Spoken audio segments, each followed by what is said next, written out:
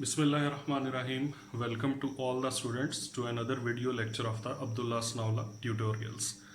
In this video lecture, we are going to talk about the next colligative property, which is the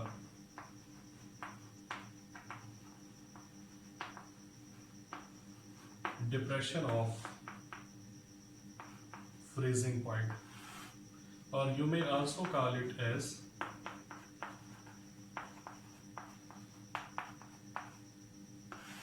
cryoscopy. How can we define the depression of freezing point? The decrease in the freezing point of the solvent after solution formation because of the presence of non-volatile, non-electrolyte solute, that is called as the depression of freezing point. I am repeating it.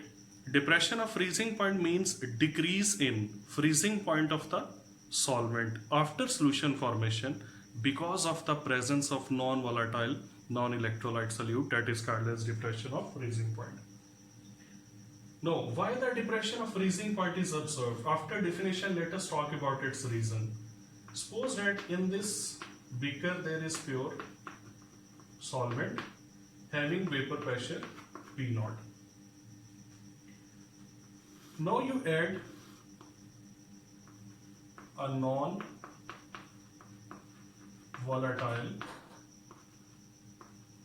and non-electrolyte solute in this pure solvent, and now the solvent is changed to the solution. You have already studied and we have already discussed in the topic lowering of vapor pressure that after the addition of this solute, the escaping tendency of the solvent in the form of solution decreases, due to which its vapor pressure also decreases, which is denoted with the symbol P. And this P0 minus P is actually called as the delta P, which is the lowering of vapor pressure. So this pure solvent has high vapor pressure and solution has low vapor pressure. And what is the relationship between vapor pressure and freezing point? That is the direct relation. So the pure solvent has high vapor pressure, it will also have high freezing point. And after the addition of solute, the pure solvent in the form of solution or the solvent in the form of solution, that will be having lesser vapor pressure. So its freezing point is also decreased. Its freezing point is shown with the symbol T1, while the freezing point of the solution is shown with the symbol T2, and the difference between T1 and T2, that is called as delta TF, which is the depression of freezing point. So the mother reason for the depression of the freezing point is also the lowering of the vapor pressure actually. Now it is very important to note it down that when we were talking about the elevation of the boiling point delta TB, it was equal to T2 minus T1. But when we talk about the depression of freezing point delta TF, that is equal to T1 minus T2. Now let us discuss its graphical explanation, that how the depression of freezing point can be graphically explained. Again, we are going to draw a graph between temperature on x-axis and vapor pressure on y-axis. First of all, we will be talking about the variation of vapor pressure of pure solvent with temperature. So at high temperature, the vapor pressure of pure solvent is high, and as we decrease the temperature, the vapor pressure also decreases. And a curve is obtained which is A, B, C curve. When you will decrease the temperature, vapor pressure keeps on decreasing, and first of all, during this AB curve, the pure solvent is present in its liquid form. At B point, the pure solvent freezes, and now the BC curve is for the pure solvent but in the form of solid, because at the point B the pure solvent gets freezed. So this B is the point where the solvent freezes, and the temperature corresponding to this B point, that will be T1, and it will be the freezing point of the pure solvent. And B is also a point where vapor pressure of the liquid form and solid form of the pure solvent becomes equal. So we get definition of freezing point out of this concept, that freezing point is the temperature at which the vapor pressure of liquid form and solid form of any particular substance that becomes equal. So this was the case of the pure solvent. Now we add the non-volatile, non-electrolyte solute in this pure solvent, and we are going to discuss the variation of vapor pressure with temperature, not of the pure solvent but of the solution. So another curve is obtained, which is shown with D, this point is E, and that is C. This GEC curve is for solution. Now, as you decrease the temperature of the solution, its vapor pressure also decreases. And the DC curve is for the solution in its liquid form. At the point E, the solution freezes, and the EC curve is for the solid solution. So this E is the point where the solution freezes, and the temperature corresponding to this E, that will be shown with T2, and this T2 will be the freezing point of the solution, and the difference between this T1 and T2, that will be delta TF, which is actually cryoscopy or the depression of freezing point. Now this E point is again very important, because at this E point the vapor pressure of the solid pure solvent and vapor pressure of the solid solution, that also becomes equal. So how can we find the molar mass of the solute now? So the next is how to find the molar mass of unknown solute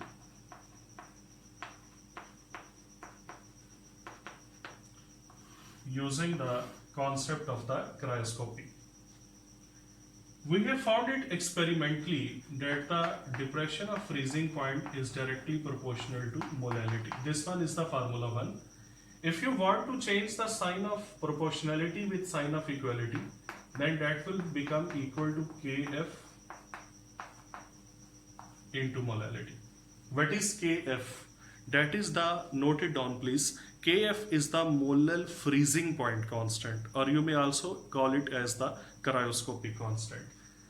And it again depends upon the nature of solvent only. For any solvent, the Kf is a constant value. For example, if we are talking about water, for water it is 1.86 degrees C per molar, which simply shows that whenever you will prepare 1 molar aqueous solution of any non-volatile, non-electrolyte solute, the depression of freezing point observed will be 1.86 degrees C. What is the freezing point of pure water? That is 0 degrees C. And when you will prepare 1 molar aqueous solution of any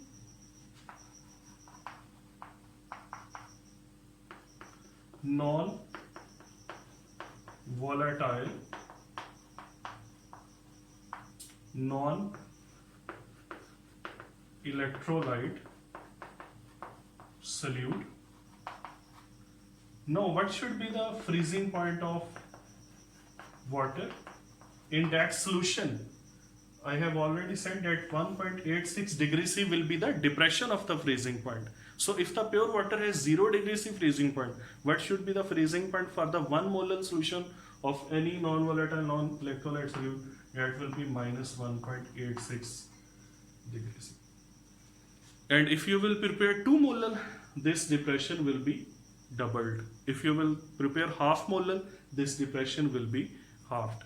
So like this you can calculate the freezing point of any molality.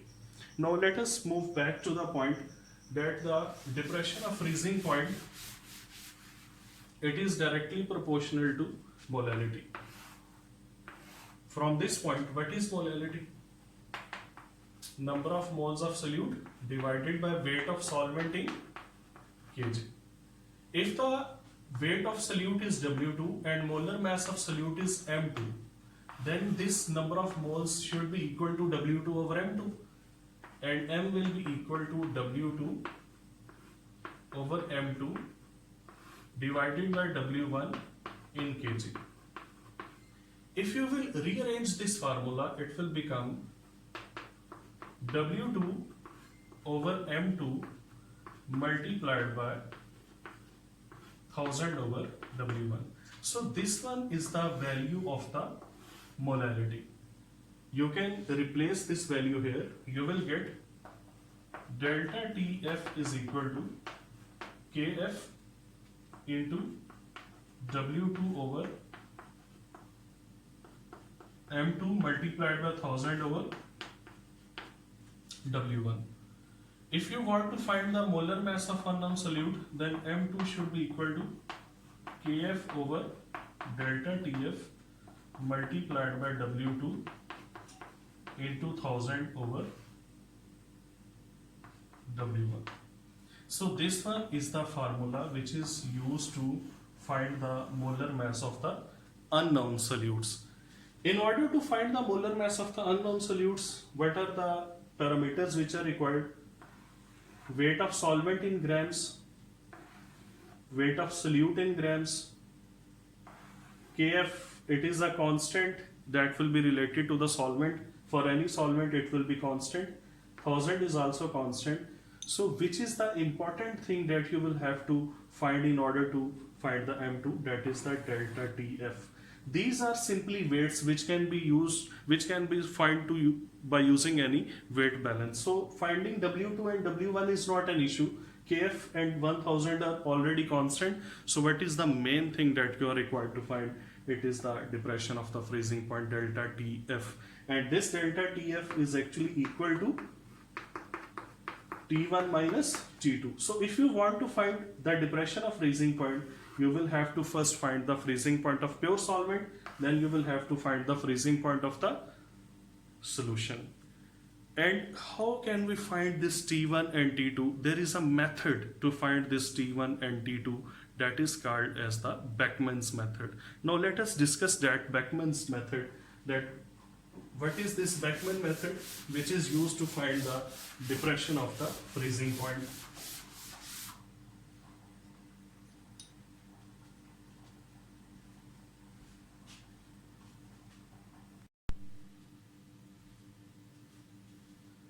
So students, this one is the apparatus of the Beckmann's method. There is an outer jar in which freezing mixture is present. This freezing mixture may be a mixture of ice, NaCl, NaNO3, the same freezing mixture which is used in the ice cream machines. So this one is the freezing mixture. This one is the inner jar. In the inner jar there is a freezing tube, and between this freezing tube and inner jar there is air jacket. What is the function of air jacket? We will discuss it after short duration of time. This one is the stirrer. Here is the Beckmann's thermometer. Again, it can read up to 0.01 Kelvin. And this one is the arm, which is shown with the symbol M. Now, what is the working of this apparatus? First of all, you will add pure solvent in this freezing tube. This one is the pure solvent. The freezing mixture will cool down the air jacket, and now this air jacket will uniformly cool down the pure solvent from all the sides. So freezing mixture is to cool down the solvent, and air jacket is for the uniform cooling of the pure solvent. And when this pure solvent will keep on decreasing its temperature, or the freezing mixture will keep on cooling this pure solvent, a stage will reach when this pure solvent will freeze, and that point will be noted by the Beckmann's thermometer, it will be T1. T1 will be the freezing point of this pure solvent. And before taking this pure solvent in this freezing tube, we also weighed this pure solvent, and its weight came out to be W1. So W1 is the weight of the pure solvent which was added in this freezing tube, and T1 is its freezing point. Now after this freezing tube is withdrawn from this mixer.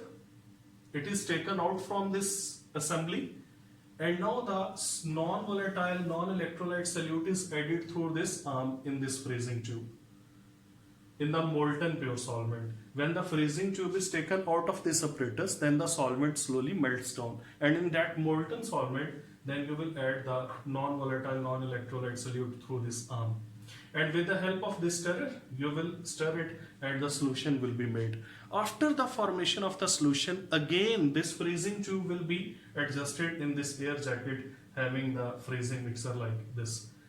And again the freezing mixer will cool down the air jacket, and air jacket will uniformly cool down. Now this is not the pure solvent here, rather there is solution. So air jacket will uniformly cool down the solution, and a stage will reach when the solution will also freeze, and you will note down that freezing point with the help of Beckmann's thermometer, it will be T2.